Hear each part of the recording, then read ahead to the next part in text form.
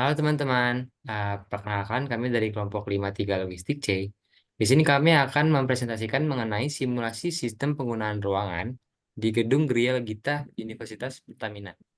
Di sini kami beranggotakan, ada saya sendiri, Septian Glenn Alexander Gojang, lalu ada teman saya Irfan Rayana, lalu ada teman saya Rizkita Validasi Haloho, dan ada teman saya Dela Priani. Pada paper ini, kami menemukan masalahnya, yaitu terhambatnya kegiatan yang akan dilakukan akibat keterbatasan jumlah ruang kelas dan jadwal perkuliahan akibat penggunaan yang tidak efektif dan tidak termanajemen dengan baik. Nah, tujuan penelitiannya adalah yang pertama, menentukan model simulasi dan merancang beberapa skenario alternatif untuk permasalahan penggunaan ruangan di gedung Geria Legita. Yang kedua, ada mengurangi bentrok antara peminjaman ruangan pada gedung Geria Legita.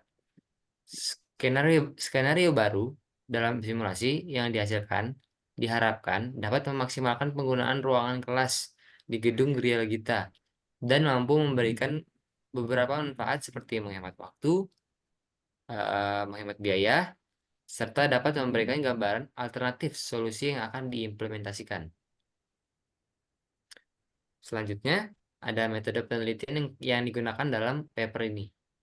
Yang pertama, penelitian ini menggunakan metode simulasi discrete atau discrete event simulation dengan software ProModel. Simulasi discrete adalah simulasi di mana perubahan statusnya terjadi pada titik-titik discrete dalam waktu yang dipicu oleh kejadian, dengan tujuan untuk mengevaluasi kinerja suatu sistem.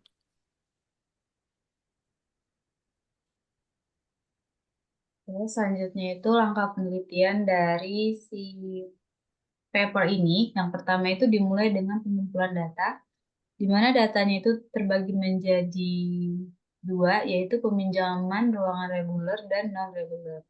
Dilanjutkan dengan membangun model simulasi berdasarkan sistem nyata dengan software yang tadi sudah disebutkan, yaitu dengan ProModel. Setelah itu dilakukan verifikasi model dengan tracking simulasi dan teknik tes validity. Selanjutnya itu setelah tadi verifikasi, dilanjutkan dengan menentukan jumlah replikasi simulasi dan running simulasi sistem existingnya untuk mengetahui tingkat utilitas ruangan dan jumlah decline variabel.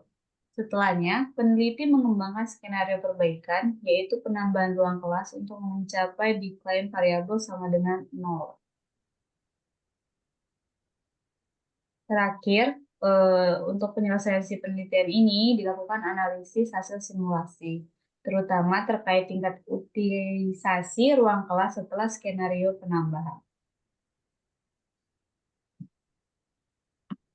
Iya, simulasi sistem peminjaman ruangan di Gedung Gria Legita menunjukkan bahwa sistem existing masih mengalami kendala keterbatasan ruang, terutama untuk peminjaman non-reguler. Kemudian, nilai decline variabel awal menunjukkan bahwa terdapat 16 peminjaman ruangan yang tidak dapat dipenuhi dalam kondisi existing. Hasil skenario simulasi menunjukkan bahwa penambahan 6 ruangan kelas dapat menurunkan nilai decline variabel menjadi 0. Artinya, tidak ada lagi pengajuan peminjaman ruang kelas yang ditolak. Kemudian, dengan penambahan 6 ruang kelas ini, utilitas rata-rata ruangan menurun menjadi 70,01%, yang masih berada dalam batas efisiensi penggunaan ruangan.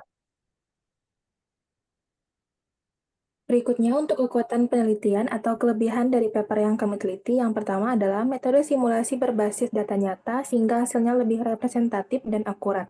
Yang kedua, simulasi menggunakan software yang memungkinkan simulasi skenario menghasilkan visualisasi yang jelas, yaitu ProModel.